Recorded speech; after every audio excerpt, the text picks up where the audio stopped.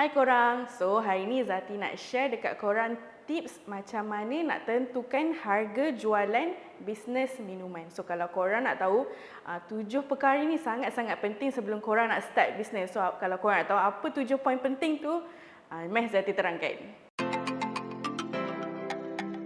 Okay, so poin yang pertama korang kena tahu cost of goods, COGS ataupun kos barang raw mat lah.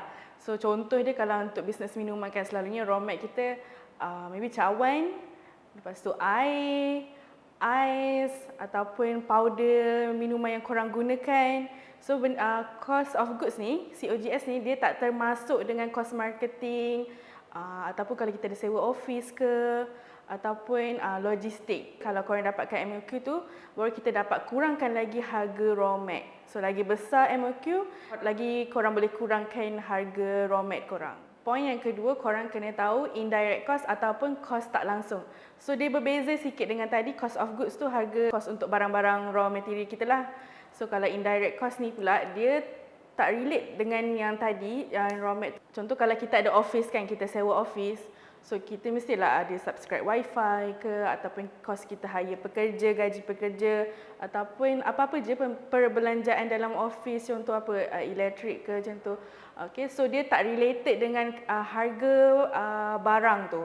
So kalau prefer untuk small business yang bisnes kecil-kecilan ni, kalau boleh korang cuba kurangkan dekat bahagian indirect cost ni supaya korang boleh dapatkan lagi profit margin yang lebih tinggi. Kalau indirect cost ni kita kena kira secara keseluruhan. Poin yang ketiga adalah model impact.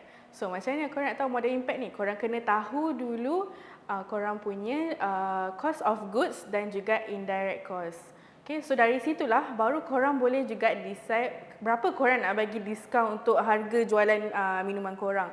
So dia tak bolehlah main ikut je emotion value. Contoh kalau kita tengok orang tu jual harga RM10, korang pun nak jual juga harga RM10. So dia tak boleh macam tu. So point yang keempat adalah CAC, cost of acquisition. So apa dia CAC ni adalah berapa kos marketing yang kita sanggup spend untuk kita dapatkan satu customer tu. So ada dua cara. Yang pertama sekali kita jual apa je yang kita ada dan kita tanya balik feedback customer dengan apa yang kita jual tu lah.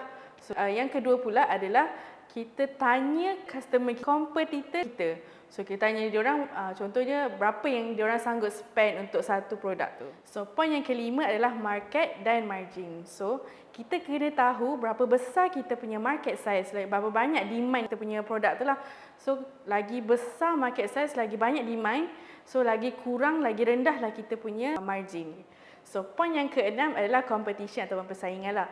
So kalau boleh, korang cuba elakkan buat sesuatu bisnes minuman tu berdasarkan viral ataupun trend je. Buat sesuatu produk tu biar dia dapat kekal lama, dia berpanjangan. Cara macam ni kita nak bagi kekal lama, maybe kita boleh fokus pada USP produk kita. So daripada USP itulah yang akan bagi value dekat customer kita. Poin yang last sekali, yang ketujuh adalah value. So kita boleh tanya balik dekat customer kita, berapa yang diorang sanggup spend untuk satu-satu barang tu, satu-satu produk tu. Dari situlah kita boleh buat adjustment untuk harga produk kita berdasarkan tadi indirect cost tadi tu, berdasarkan juga dengan harga cost barang tadi.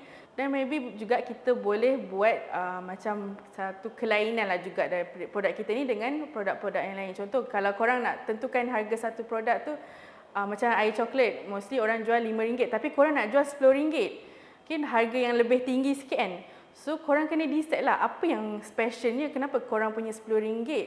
So korang boleh bagi tahu yang boleh bagi values tu, boleh bagi nilai dekat customer. Maybe RM10 sebab korang punya ada extra topping yang berbeza dengan orang lain. Contoh korang ada tambah whipping cream, korang ada tambah lagi sirap, sos ataupun korang ada tambah lagi boba ke. So dia buatkan orang sanggup untuk bayar lebih lagi terhadap korang punya produk tu. Kesimpulannya, especially lah untuk yang new starters, okay, new startup ni, korang kena make sure dulu kalau boleh sebelum korang nak jual sesuatu produk tu, korang kena ikutlah 7 tips ni supaya tak adalah nanti kalau korang jual satu produk tu harganya turun naik.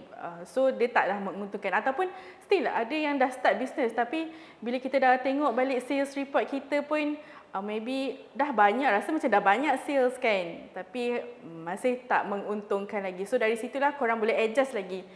Maybe indirect cost korang ada salah ke, ataupun cost of goods korang ke, ataupun dari segi values korang ke. So korang bolehlah adjust balik.